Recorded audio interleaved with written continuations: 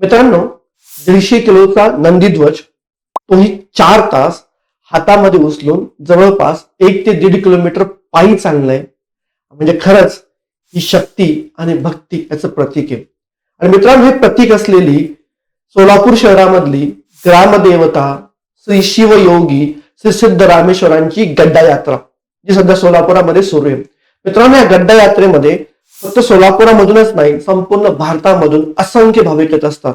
ह्या गड्डा यात्रामध्ये नागफणा असलेला 150 किलोचा नंदीध्वज हा जवळपास होमकुंडापर्यंत 1 ते 1.5 किलोमीटर अंतरापर्यंत उचलून घ्यावा लागतो. आणि याकरता जे भक्त आहेत ते 1 ते 1.5 महिन्यापासून शारीरिक, मानसिक, आध्यात्मिक तयारी करत असतात.